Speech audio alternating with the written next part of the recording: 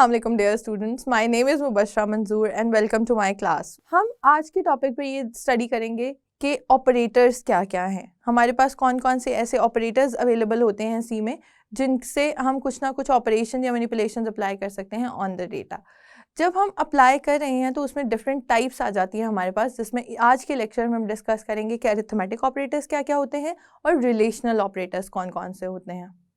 So students, जैसा कि आपको मैंने बताया कि हम ऑल टुगेदर एक न्यू टॉपिक स्टार्ट करने जा रहे हैं जिसका नाम है ऑपरेटर्स इन सी। ऑपरेटर्स का मतलब ये है कि आप किस किस तरह की मैनिपुलेशंस अप्लाई कर सकते हैं ऑन द डेटा। तो सी में आपके पास एक रेंज ऑफ वैरायटी है जो आपके पास अवेलेबल है to operate different kind of operators. और उसमें होता क्या है कि आपके पास डिफरेंट तरह के कामों के लिए डिफरेंट तरह के ऑपरेटर्स या सिंबल्स मौजूद हैं। So in that case if you see the definition, operator is basically the symbol that helps you perform certain kind of operation on the data, right? तो अगर हम देखें तो हमारे पास पहली टाइप का जो ऑपरेटर है इनको हम कहते हैं अरिथमेटिक ऑपरेटर्स, राइट? अरिथमेटिक का जब भी आप वर्ड सुने तो आपको पहले ही पता चल जाना चाहिए कि this is basic mathematical operations, यानी ये वही ऑपरेशंस हैं जो नॉर्मली आप मैथमेटिक्स में परफॉर्म करते आए हैं। यानी अगर आप लिस्ट देखें तो हम 5 बेसिक ऑपरेटर्स को जो है वो डिस्कस कर रहे हैं यहाँ पे, that is addition, subtraction, multiplication, division and the last one is modulus, हम उसे कहते हैं मॉड्यूलस। पहले 4 ऑपरेटर्स जो हैं they are pretty easy to understand, उसमें आई थिंक आपको कोई बहुत ज़्यादा अंडरस्टैंडिंग की ज़रूरत नहीं है डेवलप करने की। बेसिक ऑपरेटर्स हैं जैसे आप मैथमेटिक्स में ऑपरेशंस परफॉर्म करते हैं। जो सिंबल्स भी हैं, ऑपरेटर के सिंबल्स जो हैं अगर आप देखें तो मल्टीप्लिकेशन के लिए एस्टेरिक का साइन यूज़ हुआ है और डिविजन के लिए सिमिलर ही साइन है जैसे फ्रैक्शन का साइन होता है। लेकिन लास्ट ऑपरेटर में be new to you, right? Modulus का ऑपरेशन क्या करता है, इसको अंडरस्टैंड करने के लिए हम चलते हैं वाइट बोर्ड की तरफ और वहाँ पे हम कुछ एग्जांपल्स देखेंगे इसकी कि किस तरह से आपको क्या रिटर्न कर रहा होता है मॉड्यूलस, और फिर हम जो है ना उसको डिस्कस करेंगे। सो डियर स्टूडेंट्स, हम डिस्कस कर रहे हैं कि हमारे पास जो ऑपरेटर्स होते हैं सी में क्या क्या होते हैं, और उसमें फर्स्ट ऑपरेटर जो हमने डिस्कस किया था that is arithmetic operators. Arithmetic operators जो हैं वो बेसिक मैथमेटिकल ऑपरेटर्स हैं, और उसमें से मॉड्यूलस एक ऐसा ऑपरेटर है जिसको हमने डिस्कस करना था। मॉड्यूलस को अगर हम डिस्कस करें उसको हम मॉड्यूलस भी कहते हैं, और मॉड्यूलस जो है वो स्टोर क्या करता है, बेसिकली वो आपके पास रिमाइंडर स्टोर करता है when you divide the 2 numbers, ठीक है? सो मॉड्यूलस का मतलब ये है कि अनलाइक द डिवीजन ऑपरेटर, क्योंकि जब डिवीजन परफॉर्म होती है तो क्या होता है कि फॉर एग्जांपल मेरे पास एक ऑपरेटर है ए वेरिएबल, उसके अंदर मेरे पास 5 स्टोर है। इसको मैं अब इंटीजर वेरिएबल से ही रिप्रेजेंट करूंगी क्योंकि दैट्स द करेक्ट वे। और मेरे पास एक ऐसा वेरिएबल है जो क्या कहलाता है बी वेरिएबल, और उसमें मेरे पास वैल्यू जो स्टोर है वो है 7। And now I divide these 2 numbers, right? So I want to find the division of that number. So मैं एक इंटीजर ले लेती हूँ जो डिविजन स्टोर करी है और एक ले लेती हूँ जो मॉड्यूलस स्टोर करेगी। सो डिविजन का जो ऑपरेटर है वो क्या कर रहा है, b divided by a, which means कि मेरे पास b से जब हम a डिवाइड करेंगे, आप लोगों ने देखा होगा मैंने एक चीज़ यहाँ पे ऐसी की है जो कि might be a problem for us. आप लोगों ने मुझे बताना है कि उसमें क्या चीज़ ऐसी हो सकती है इस प्रोग्राम में, what can I correct that will help me improve my programming capabilities. और दूसरा ये कि इस प्रोग्राम को इम्प्रूव करने के लिए भी क्या एक ऐसी चीज़ है जो मुझे डिफरेंटली डिफाइन करनी चाहिए थी। Towards the end of the lecture जो है वो मैं आपको डिस्क्राइब करूँगी कि वो क्या चीज़ हो सकती थी। और उसी तरह अगर मॉड्यूलस की बात करें, मॉड्यूलस जब हम करेंगे तो मॉड्यूलस क्या डिफाइन करेगा, मॉड्यूलस इज परसेंटेज साइन। जब हम कहेंगे कि बी मॉड्यूलस ए फाइंड आउट करें तो हमारे पास क्या डिफरेंट होगा देन डिविजन। तो इसका आंसर सबसे पहले तो मैं आपको बता देती हूँ कि इसका आंसर मेरे पास क्या आना चाहिए, 7 डिवाइडेड बाय 5, विच मीन्स के मेरे पास 1 पॉइंट सम वैल्यूज, 1 पॉइंट, यानी हम अगर डिवाइड करते हैं 7 को 5 से डिवाइड करते हैं तो 5 1s are 5 and then we have remainder 2 which means के 5 4s are 20. इसका मतलब है कि इसका आंसर आना चाहिए 1.4. Do you get that and do you agree with that कि इसका आंसर जो है मेरे पास वो आना चाहिए 1.4. ठीक है, अब मेरे पास 1.4 आंसर तो आएगा. अब मैं आपको बताती हूँ कि मैंने what could I do differently in order to save it properly into D variable. अब मेरे पास D में जो वैल्यू सेव होगी वो होगी ओनली 1. Why is that? क्योंकि मैंने D को डिक्लेयर किया है as integer variable, but I could declare it as a float variable as well. मैं इसको फ्लोट डिक्लेयर करवा सकती थी और उससे क्या डिफरेंट होता कि मेरे पास जो वैल्यू आती यहाँ पर वो पूरी की पूरी जो डेसिमल वैल्यू है यानी जो फ्रैक्शनल वैल्यू है वो कंसिडर होती. लेकिन since I declare d as integer तो वो क्या करेगा, जो एलिमिनेट कर देगा fractional part of the answer, उसको वो एलिमिनेट कर देगा और मुझे सिर्फ और सिर्फ 1 रिटर्न करेगा, यानी जो उसमें से वैल्यू होगी इंटीजर टाइप. कुछ कंपाइलर्स में या कुछ कंप्यूटर्स में ये आपको एरर नहीं देगा, बल्कि आपको क्या करेगा, 1 रिटर्न कर देगा. But in some of the compilers it might give you an error as well, यानी कि वो आपसे कहेगा दिस इज नॉट करेक्ट, यानी आपको डेटा टाइप जो है वो डिफरेंट डिफाइन करनी चाहिए थी because the answer is floating point numbers. ठीक है, सो एक तो हमने ये इसको डिस्कस कर लिया. अब हम देखते हैं कि मॉडुलस में क्या होगा, मॉडुलस का आंसर क्या आएगा. जब हम कहते हैं कि मॉडुलस फाइंड आउट करना है तो it gives you reminder after the division is performed, right. यानी अगर मैंने 7 को डिवाइड किया है 5 से, it won't be completely divisible, right. तो इससे मेरे पास कुछ ना कुछ रिमाइंडर आएगा विच इज 2. इसका मतलब है कि this 2 is the answer of m, यानी अब मेरे पास मॉडुलस का आंसर जो है वो क्या आ जाएगा, that will be 2. That is completely different from what we got from the division, right. So that's how modulus is different from the division, the conventional division, and that is why we use it differently in the programs. ये कहाँ पे आपको helpful हो सकता है. सबसे पहली तो बात ये कि हमें मॉडुलस का ऑपरेटर यहाँ इंट्रोड्यूस करवाने की ज़रूरत क्या थी.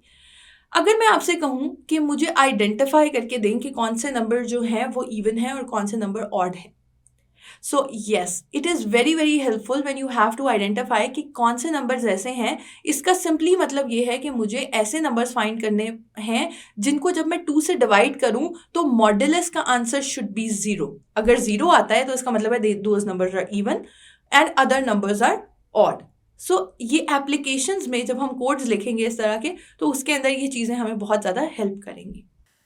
सो स्टूडेंट, दूसरी टाइप का जो हमारा ऑपरेशन का सेट है उसको हम कहते हैं रिलेशनल ऑपरेटर्स. रिलेशनल ऑपरेटर्स का मतलब सिंपल ऐसे ही है जैसे इसके नाम से जाहिर है कि ये रिलेशंस को डिटरमिन करेगा, या in other words we can say that it compares the variables, right. जो वैल्यूज़ होती हैं वेरिएबल्स की उनको कंपैरिजन करने के लिए हम रिलेशनल ऑपरेटर्स यूज़ करते हैं. अगर आप सेट ऑफ रिलेशनल ऑपरेटर्स भी देखें तो वो कौन कौन से हैं. अगर आप देखें बेसिक रिलेशनल ऑपरेटर्स जो हैं वो इक्वालिटी है, ग्रेटर देन है, लेस देन है, ग्रेटर देन इक्वल टू है, लेस देन इक्वल टू है, और हमारे पास क्या है, नॉट इक्वल टू. जब हम रिलेशनल ऑपरेटर्स की बात करते हैं एज अनलाइक अरिथमेटिक ऑपरेशंस, जब हम अरिथमेटिक ऑपरेशंस अप्लाई कर रहे हैं तो उसका मतलब ये है कि अगर मैंने सम किया है, ऐड किया है, तो इसका मतलब है कि मेरे पास उसका आंसर जो है वो सम की फॉर्म में आएगा, यानी कि अगेन न्यूमेरिक वैल्यू ही आएगी. इसी तरह अगर मैंने डिवीजन की है या मैंने मल्टीप्लिकेशन की है, इवन मॉडुलस भी हमने अगर परफॉर्म किया था तो उसमें भी हमारे पास कोई ना कोई आंसर जो है वो न्यूमेरिक वैल्यू में ही आ रहा है. बट अनलाइक अरिथमेटिक ऑपरेशंस, जो लॉजिकल ऑपरेटर्स होते हैं, दे रिटर्न आंसर्स इन बूलियन, यानी ज़ीरोज़ एंड 1 की फॉर्म में या ट्रू एंड फॉल्स की फॉर्म में. यानी इसका मतलब ये है कि या तो उस एक्सप्रेशन का, उस कंपैरिजन का आंसर जो है वो ट्रू आएगा या फॉल्स आएगा. अब अगेन जो कंप्यूटर है उसको ट्रू या फॉल्स या लैंग्वेज जो है इंग्लिश लैंग्वेज वो रिटर्न करना नहीं आता, या उसको अंडरस्टैंडिंग नहीं है कि ट्रू का मतलब क्या है, फॉल्स का मतलब क्या है. तो उसको इवेंचुअली जो लैंग्वेज समझ आती है वो है बाइनरी लैंग्वेज. तो आप क्या करते हैं, एसोसिएट कर देते हैं इन एक्सप्रेशंस को, यानी इन बूलियन एक्सप्रेशंस को इनटू बाइनरी फॉर्म्स. यानी अगर आपके पास ट्रू वैल्यू है तो ट्रू वैल्यू कब होगी, जब आपका जो रिटर्न वैल्यू है वो 1 हो, या नॉर्मली 1 होती है या कोई और डिजिट्स भी हो सकते हैं, लेकिन normally 1 is associated with true value, and if it is 0 it means that your answer is false. Answer true या फॉल्स कैसे आ सकते हैं? फॉर एग्जाम्पल, अगर मैं आपसे कहूँ is 5 greater than 3, is that statement true? Is that expression true? No, it is false. तो इसका मतलब है कि इसका आंसर जो रिटर्न होना चाहिए वो क्या होना चाहिए? फॉल्स। लेकिन कंप्यूटर को फॉल्स कहना नहीं आता, या उसे ये नहीं पता कि फॉल्स को कैसे रिप्रेजेंट करते हैं, तो वो क्या रिप्रेजेंट करता है? Zeros, right? सो आपके पास जो आंसर्स रिप्रेजेंट होते हैं वो in the form of true and false या वंस एंड ज़ीरोज़ की फॉर्म में ही रिप्रेजेंट होते हैं ऑफ द रिलेशनल ऑपरेटर्स। अब हम चलते हैं वाइट बोर्ड की तरफ और इसकी कुछ एग्जांपल्स जो हैं उनको डिस्कस करते हैं। जी, तो अब हम देखेंगे कि अगर हम रिलेशनल ऑपरेटर्स को यूज़ कर रहे हैं तो उनमें, जैसे मैंने आपको पहले बताया कि रिलेशनल ऑपरेटर्स जो हैं उनका आंसर हमेशा रिलेशनल ऑपरेटर्स का आंसर जो है वो हमेशा ट्रू या फॉल्स की फॉर्म में ही आएगा। ट्रू और फॉल्स की फॉर्म में ही वो आंसर रिटर्न करेगा, which is 1 and 0 form as well, right? अब हम कुछ एक वेरिएबल ले लेते हैं जिसके अंदर वैल्यू जो है वो 5 है, b is 7 and c is 3, right? अब हम देखते हैं कि रिलेशनल ऑपरेटर्स इनको किस तरह से हैंडल कर सकते हैं। हम इक्वल टू का साइन चेक करते हैं, तो इक्वल टू का साइन ये है कि अगर मैं आपसे कहूँ, मैं एक एक्सप्रेशन लिख रही हूँ यहाँ पे, a is equal to c, is that a true or a false?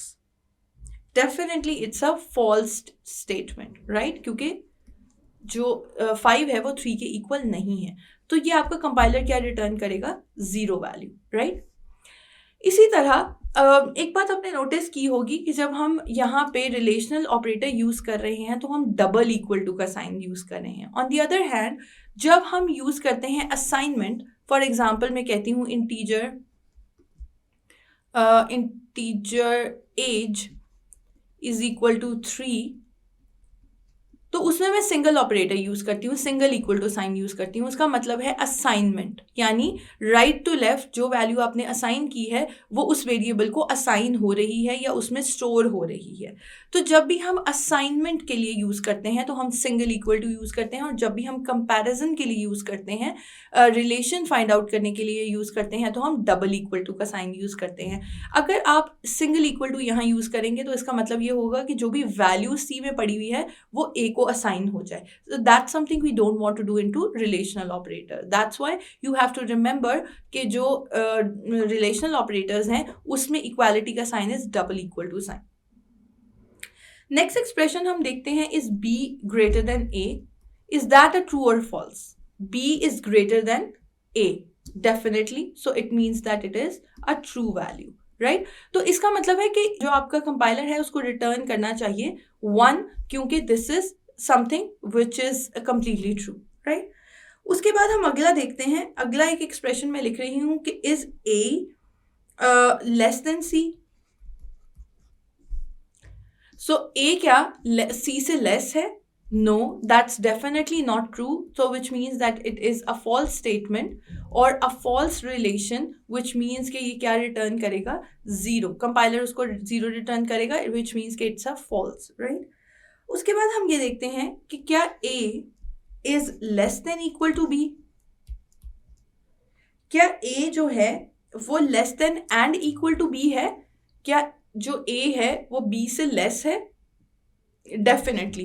इसका मतलब ये है कि लेस देन इक्वल टू का मतलब ये है कि उसके अंदर दो conditions are combined into one, कि लेस देन भी हो सकता है, इक्वल टू भी हो सकता है। अगर लेस देन होता तब भी हम उसे ट्रू कंसिडर करेंगे, इक्वल टू होता तब भी ट्रू कंसिडर करेंगे। So in this case this is a true statement, which means कि कंपाइलर विल रिटर्न 1। सो यहाँ पे एक और एक्सप्रेशन में लिख रही हूँ जो which is b is less than equal to a। Is b less than equal to a? That is not true, क्योंकि b जो है वो a से लेस नहीं है और ना ही उसके इक्वल है, तो दैट मीन्स कि ये एक फॉल्स स्टेटमेंट है। तो इसका मतलब है कि कंपाइलर शुड रिटर्न 0। इसी तरह अगर मैं ये कहूँ कि is c greater than equal to b, that is also a false statement, क्योंकि ना तो सी ग्रेटर है बी से और ना ही उसके इक्वल है, that means the statement is clearly false statement. एक और स्टेटमेंट है जो मैं लिख रही हूँ जिसको हम कहते हैं not equal to sign. Not equal sign को जब भी आपने रिप्रेजेंट करना होता है तो हम एक्सक्लेमेशन मार्क के साथ इक्वल टू लिखते हैं, exclamation mark first and then equal to, which means not equal to. इसका मतलब है कि एग्जैक्टली अगर सेम होंगे तभी आंसर ट्रू आएगा, अदरवाइज आंसर जो है वो फॉल्स आएगा। अगर मैं आपसे कहूँ is A not equal to C, is that a correct statement और it's an incorrect statement? Definitely it's a correct statement, it's a true value, क्योंकि हमें पता है कि ए सी के इक्वल नहीं है, it means not equal to. वो पहले ही एक्सप्रेशन कह रहा है कि ए और सी इक्वल नहीं है, that means it's a true. ये बहुत ट्रिकी हो सकता है, so I would ask you to practise it a little bit more. So इसका मतलब ये है कि जब हम रिलेशनल ऑपरेटर्स की बात करेंगे तो वो रिलेशंस डिटर्मिन करते हैं या रिलेशनल इक्वलेंसीज देखेंगे और उसका जो आंसर होगा वो हमेशा एक बूलियन एक्सप्रेशन आएगा। So dear student, I hope कि आज का लेक्चर जो है वो आपको समझ आ गया होगा। In today's lecture, we have discussed what are operators. They are the symbols that we use to manipulate the data. And then we have discussed that what are the different types of operators in C. जिसमें पहली type जो थी वो थी arithmetic operators, दूसरी थी relational operators. Arithmetic operators में हमने further discuss किया कि they are just like mathematical operators and they are addition, subtraction, multiplication, division, modulus. और फिर हमने डिस्कस किए थे रिलेशनल ऑपरेटर्स जिसमें हमने डिफरेंट तरह के कंपैरिजन या रिलेशनल जो ऑपरेटर्स हैं उनको हमने डिस्कस किया। So with this we are going to conclude our lecture and we'll discuss next operators in next lecture tomorrow, and until then, Allah Hafiz.